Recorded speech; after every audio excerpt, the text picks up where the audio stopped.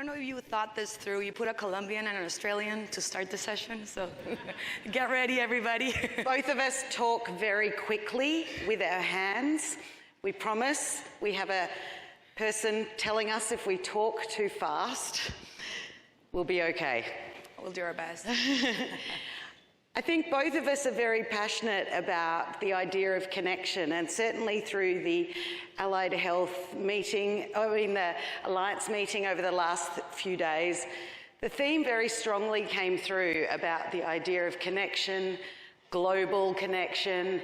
There are so many people doing so many wonderful things around the world. And we really want to make sure that the people that are doing the things are connecting with their colleagues throughout the world. So we're not having to reinvent the wheel every time some new initiative comes out. I think one of the things about these forums is that either virtual or in person, we want to make sure people are connecting. I know you're all sitting with your colleagues. We're going to push you out of your comfort zone. The people online, we want to make sure that you are able to connect with this session. So we encourage you to put your questions in the chat. We've got multiple people monitoring the chat, and we will be having those dialogues come through. The Feed Loop app that is used is a tool that can be a connection for the people who are in the room and coming from home. I'm from the bottom of Australia, so it took the Australians in the room a really, really long time to get here. And I'm glad that I came a few days ago, because I think my jet lag has finally just subsided and I can actually have a brain-voice connection. So hopefully I'm making some sense. So we really encourage those online to use the Feed Loop app. You can message people directly, or you can use the chat function. So we are going to try and get everyone to connect, whether it be virtually or in the room. So the idea of this session is that we are going to start to get you to talk to each other. I know when I attended my first conference, probably it was in Sydney in 2012, and I tell Sarah Feldman this story now, that I'd read an article that she'd written that then inspired me to do some things in Melbourne. It probably took me 7 years to get the courage to go and talk to her at the next conference in Perth. But I don't want that to be the case for everyone. I know there are a lot of new first-time attendees in the room. We want everyone to talk to each other. We want the new attendees. It is the 29th year today that I graduated from uni. So, and I know Sarah's looking at retiring. We've got to kind of pass on some of this knowledge that we have learnt from just doing to the new people coming up, to pass on the legacy, to use that tool to be able to help the people that we're so passionate about. So this is really about connection. We're also just winging this. So, this is an interactive session. You don't get to listen to us for hours. Yeah, so I just want to introduce myself. I am an allied professional. I'm a psychologist from Colombia, South America, from Marcela, but I'm also a former caregiver for my dad who had ALS. So I want to hear, let's see what professions we have and what kind of, if you're a caregiver, if you're a PALS, a person living with ALS, sorry, PALS. I probably should have introduced myself, sorry. So I'm Sarah, I'm an OT from Australia. I work at the What MNT is an OT? I'm an occupational therapist. I help people do the things that they want to do, whatever that is. If anyone was in the conference last year, you would have seen that I push the boundaries around helping people smoke or have sex or whatever. I don't care what they want to do. It's not my... And I think, weirdly enough, I'm one of the few people that work in the MND space that was already working in the MND space where, weirdly enough, 4 years into my journey, my mum was diagnosed with MND. So I don't work here because of that.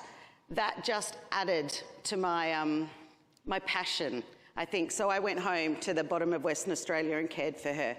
So I bring a personal view to this. I know what it's like to be a caregiver, as does Marcela. And so I think that does bring a different angle to our passion. Yeah. So we can see, just to let those people online know, we can see the things that are going on in the chat. I'm not on my phone because I want to, because I'm a millennial. I'm actually talking to people. I'm actually talking to people. So if everybody should have this downloaded, there's a QR at the table. Let's start talking. For example, we know Philip from the motor neuron disease in Kenya. It's his first session. He's online. He's been really active member these couple of days. So if you could help Philip and his team with devices, with information, sharing resources, text him through the app, Philip Langa. And I certainly know that the beautiful Melinda, who is there, is very engaged in helping some of the countries like Vietnam and South Africa also help develop their services. So we want to be helping the development of the services for people in other countries. So we're seeing some beautiful messages come through. There's an OT from Montreal working with ALS people. There is lots of people who are former caregivers. Good morning, Helen. Helen Carey, OT originally from Wales, now lives in Florida. So let's see the room. How many people here are people living with ALS? Make yourself heard. Come on, let me see the hands. Make a noise. Something I want to see. We've got some over there, some here. I know Leanne's over there from Australia, fellow Australian. Where's Sunny? Oh, hey, up the back there. Okay, caregivers or former caregivers, raise your hand. Let's see. There. Raise your hands. Over here. Okay. What about OTs? Yeah, occupational therapists. Oh, my people. Come find me. Neurologists, doctors, physicians? Probably not so many. Oh, there are. Thank you for being here. Thank you for coming to the LA APF. What else? Speech pathologists. Ooh. Yeah.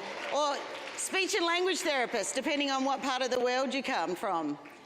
Nutritionists, dietitians. Yay. Mental health professionals. Oh, you're in the way. Social work. Oh, big. That's the crowd. Nice. Yeah. And then we probably have a lot of people who are, physical therapists. Oh, physical therapists. Sorry, Sarah. Are we missing any? Tim, online. What? Nurses. Yeah. I love how And then we probably have a lot of people that work in non-allied health roles who are also supporting the people with MND. So I know in Australia we have bereavement, we have counsellors, we have the MND advisors, we have all sorts of people that are supporting these people through non-allied health roles but are so integral and important in people's journeys. Hands up if you're working for an MND association, if you're working for a palliative care service, bereavement, counselling. Yeah, there we are, over there. True.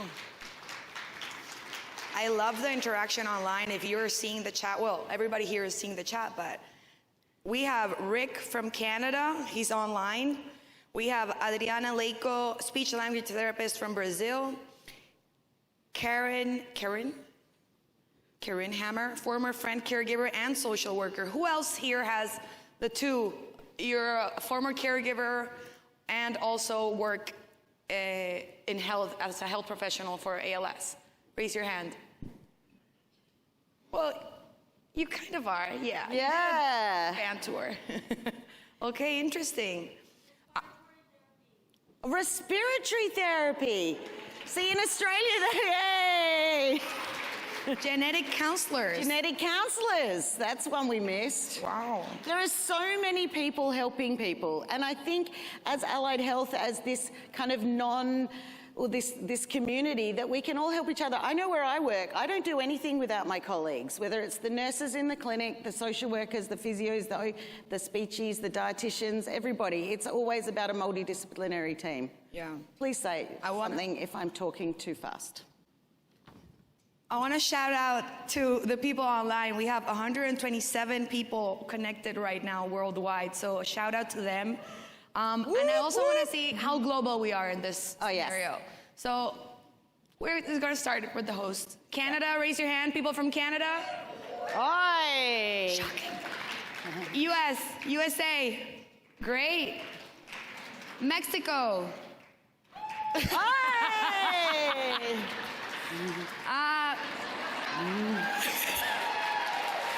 This is her first meeting, by the way, so don't be shy, talk to her. They also need a lot of resources and learn about ourselves. Who else from, I'm gonna be biased, Colombia. What other countries? Europe, let's do Europe. Spain. Oi! We can't go through every single country. Australia. Australia. There's a few of us from Australia. We got Leanne. We got UK. And I know there's a number of Australians online. Asia. Oh, I'm just gonna say Asia. Yeah, Asia. Any Asian country that's very large, kind of. Asia people, where are you? Amazing. Thank you for being here. Europe, Eastern Europe, Western Europe, anywhere in Europe. We'll take Europe as a very large. Brazil, we have someone online in Brazil. Anywhere in South America. Apart from Colombia and Mexico. Argentina, of course. Argentina. I know there's people online in Brazil. I know there's someone online, I think, from Chile. Sorry, just looking. So the fact that we are this amazing global community and that there are countries, I know we heard about Argentina yesterday, they're doing some research about where the people are, what they need. Like, I know that the health services are really different in all of the countries, talking to my US colleagues, but the fact is what we want to do is the same. We want to help people have good quality of life. We want to help people do the things they want to do. We're fighting the same fight. We're fighting the same fight. And whether it be knowledge, resource, just the developing countries learning from the countries that have maybe gone further along a journey, that's what we want to share. I know that it is really okay for people whose first conference it is to come up and talk to us that have been doing this a while. Don't take the 7 years it took me to talk to Sarah Feldman. Do it now. Life is short. Make the connection, send the text. Oh, Kenya. Yeah, Philip. Hello, Philip. Love you, Philip. We heard Philip talk virtually yesterday. So I want to set an example, for example, of this collaboration we're mentioning. For example, Dr. Melinda Kavanaugh, which we love, of course. Melinda, put your hand up. Everybody talk to Melinda. She loves a chat. She has done, correct me if I'm wrong, but she works with children of patients that have ALS. And she has done documents of how to talk to ALS for these children. She kindly we met her a couple of years ago, and she said, you can translate those documents to Spanish. She gave us the authorization, and now we have that in our Colombian Association. And it has been translated to how many languages worldwide? 13 languages. 13 languages. So if you want to talk about this subject to your people, to your community of ALS, ask Melinda for that. She will gladly share that. And that's the kind of collaboration we're looking for here. We don't have to reinvent the wheel. We're going to say this many times this week, but that's the whole point of being in this room together and virtual audience. Just wanted to say that Jean, is Jean in the room? Yeah. We heard Jean talk. I can't actually see anything. Yeah. Jean from End the Legacy, which is a patient-led organisation for families with genetic ALS. We heard some amazing things from her yesterday. So if there are other people in the room that want to learn about that, Jean, Paula, they're your people. They're over there in the middle. Wave, Paula, put your hand up. I also want to shout out, of course, my girl, Sunny. Sunny Browse, everybody. Oh, yeah. In the back. She's from a group called Her ALS Story, and Leah, which I think I saw Leah over there. Yeah, Leah's the founder and president of Her ALS Story. If you don't know this, you should. They founded a support group, a WhatsApp chat for women that have been diagnosed with ALS under 35 years old. Woo. Everybody can be on that chat, and they talk about going out, dating, healthcare, anything, partying, anything they want to talk about. It's a safe space. So if you have any, know of anyone that fits this criteria, get in contact with Sunny or Leah, because there's a lot of people. There's a lot of knowledge that they have that they can share with us to help other people.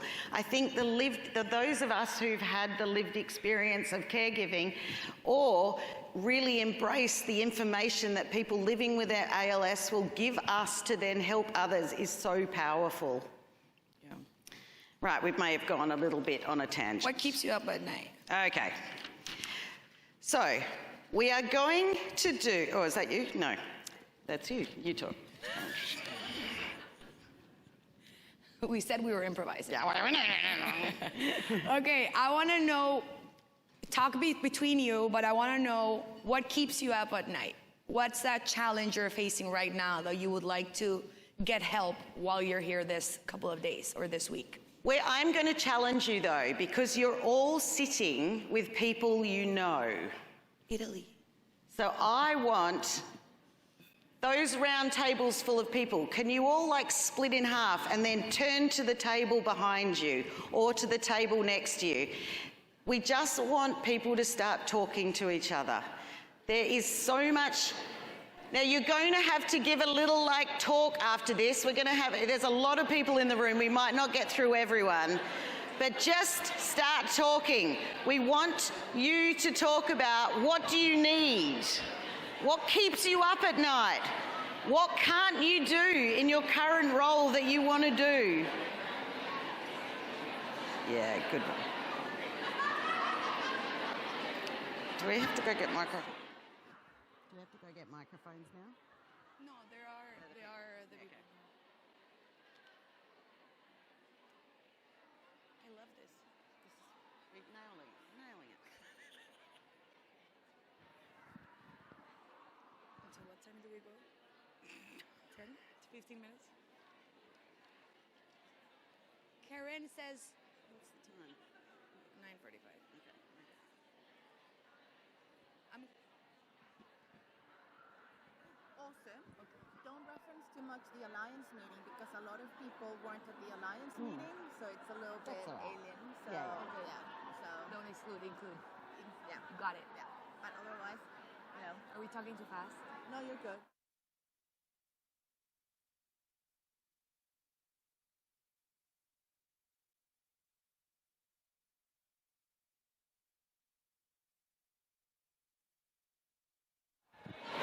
For those people online, please either talk to people, like send someone a message, Or in the chat? or just run it in the chat because we are including everything in the chat. We want people online to feel a part of this. There is 2 people monitoring the chat and we can see the screen, so we can translate things. Karen is saying family affordability of this disease until we have a cure. ALS is bad enough. The choices faced by the whole family can be cruel. Lynn, poor sleep, keeping you up at night. I did a talk with the neurologist from the clinic that I work in last week around fatigue and insomnia. So if you send me a message, I can send you that chat or send you that presentation or send it to your therapists. Helen says, I wake up at night thinking how I can encourage more students to be a part of research in ALS. We love you, Helen. Yes. If anybody has any ideas for Helen, contact her. Maybe we'll do it at the end. Where are my peeps in Australia? Come on, online peeps. I know Jane Turton. I know you're listening. Helen Carey says, if there's people from other countries on here with access to allied health student, contact me. We can try and work together. Richard Bedlag. Hey, doctor. I won't sleep well until we end this disease. Yes, shout out to Richard. Philip, we are listening to you. He reflects back home in Kenya and across Africa. So many patients I visit cannot communicate, cannot afford riluzole, and are unable to move or do anything to the lack of assistive devices. We're so passionate about trying to help you, Richard. Philip, I don't know, his name is Philip. Sorry, Philip. I'm looking at Richard Gedlach above you. We have gotten assistive devices donated to my association in Colombia thanks to this collaboration. So we'll be in touch. I'll let you know how we did it. But there's a lot of people in this room that are willing to send devices to you. So just keep in touch and we'll make that happen, definitely. Philip, just letting you know that after yesterday, it got something in my waters going. So we will be in touch. Deb says, agree with more support for ALS clinics to be able to have more time and resources to help PALS with optimizing everyday activities and living. Yes. Absolutely. I just want to say, Philip, we hear you loud and clear, and I know that the world is wanting to help. You are welcome. I know that the people, Philip, here in Australia were immediately after we heard you yesterday, were talking about what we can do to help. Shipping a container. Shipping a container. We were literally sitting there going, we could ship a container, and I would love to come over to Africa. There's a message in the chat about Dr. Bedlach can talk about how philanthropy can support clinics. Keep the chat going, people. We know we can see it. We want to hear what people online want to talk about. What information do you want to share? What information would you need? What information do you want from your colleagues? Okay, guys, I know everybody's so excited talking and you want to keep this conversation going, but we do want to share what you talked in your tables. So please. All right, everybody. I'm going to get my Aussie farm girl voice on. There's two types of I people. know that you are loving the talk, but we want to hear what you, in your tables, were talking about. Okay, so we're going to pick around 4 or 5 tables, depending on time. Who wants to say what their challenge is? And once you raise your hand, someone with a microphone will go. Oh, yeah. Go, Sarah. Does somebody want to share what they talked in their table? Who's the first volunteer? I can't really see with this light. We can't see what's going on, so I'm going to pick the middle table there. Hello. Oh, well, I can't see where you are. I'm over here. Oh. Hey. Tanner. Hey, we had a representation from India, from Ireland, the United States, and Australia at our table, and Canada. Sorry, whoops. I feel Kathy breathing down my neck now. But we had varying challenges, obviously, from varying parts of the world, from India, and just a lack of resources, a lack of knowledge base with the medical professionals, lack of financial support, lack of education. And so the challenges in India are surmounting. But this gentleman obviously cared for his father, and they continue. And I think now the support group there in India has almost 700 members focused in on fighting ALS. And so their challenges are great, but obviously being here and can maybe get some of those challenges. Everywhere from Australia and the United States, the same thing with us, which is where you live and who you are, and maybe your socioeconomic status dictates the type of care and the quality of care that you get. And that is a big challenge. For Kathy, it's a small but mighty team that serves a whole international community. And then for our researchers, Niels, and things in the back, it's about getting patients involved and interested in basic science and getting the research community connected to that. And so just a very different challenges at our table. But I think with the knowledge sharing here, hopefully we can help support each other in those challenges. I think that seems to be a reoccurring theme across the world. And I know Alicia from MND New South Wales in Australia, hi love, the difference between access to AT and service between younger or older people in Australia is a thing. And I know talking to my US colleagues last night, just as you said, the disparity between where you live, what you do. So that just general kind of inequality of service and care seems to be a theme. Who's next? Who else? Hey. I'm going to speak for the virtual room. So we had from all over the world. We had from Kenya, from the States, from Canada. But a few of the things that came up was family affordability of this disease until we have a cure. The choices faced by the whole family can be cruel. Lynn mentioned the poor sleep is keeping him up at night. That more research would be really useful about that. Helen Carey, she's also encouraging students to be part of research in ALS, and she's happy for people to connect directly with her. So her details are in the virtual room. Lisbeth also mentioned equal access to support systems regardless of age, place of residence, and they keep coming. So please, everyone, go in and connect. Yeah. Who else in the room wants to share what they talked in their table? I'll I'll talk here. So I kind of stole the conversation, but one of the things that we mentioned, of course, was jet lag from our poor people that had to travel. But from a personal perspective, one of the things that I discussed is I'm somebody on tofersen and has actually experienced quite a bit of success using the drug. And what keeps me up at night is that there's people globally who don't have access to the drug. It's not approved in their country. They don't have the facilities to offer it. And I mean, there's a lot of logistics around trying to get that drug. And so these people who are in a position who really need this drug now just can't get it. And that's what keeps me up. It does seem like the inequality in generally, whether it be medication to assist, assistive technology, therapy services, clinic availability.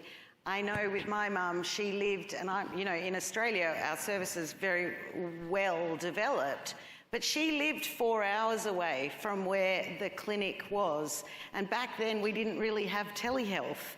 So I understand the challenges of those living in rural, remote communities, whether it be in a developing country or a country that is still developing their services. Yeah.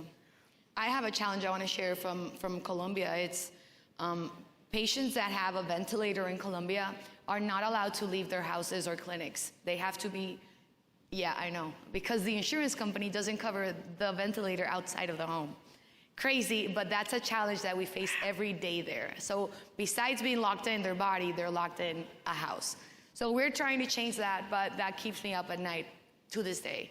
I can imagine. There must be some more people. One more. I saw hands, but it's too bright. I know. Come on, people. One last one. Who wants to share? Hey. Over there. Thank you. Hello, I'm Deirdre from Dublin, and at our table we had somebody who's an occupational therapist from Montreal and somebody who's an occupational therapist from Vancouver and a person living with ALS. So we thought he'd be the best person to lead the conversation.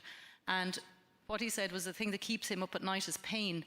And that when you're diagnosed with ALS, you are told that it is a painless condition. And that's actually not true. And that we do, as healthcare professionals, always need to remember to ask, because there's so many other things that we need to focus on, and asking about respiratory symptoms and mobility and things like that, that sometimes we forget to ask about pain. And it is a treatable, manageable symptom. Yeah. So I think is that fair enough, Norm? Is that? Yeah. That is, I think, a really good thing for allied health professionals to understand. I don't know, Norm, if having talked to many people over the years, there's the physical pain, whether it be from fasciculations, from cramps, from torsion on joints. And I may be well outside my realm saying this, but the existential pain, I think, kept my mum up at night. The 3 o'clock in the morning, brain churning was something that the sleep, the pain. And so I think as allied health professionals to really think beyond the physical pain when looking at maybe assisting people with this concept, whether it be physical or, emotional pain. Sorry, Norm, I hope that was okay to say. Yeah. One other aspect that is not often mentioned is because my speech is affected.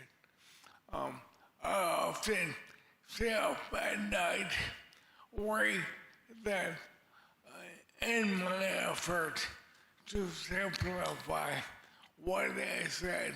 Maybe I offended someone or gave the wrong impression. I get it, yeah.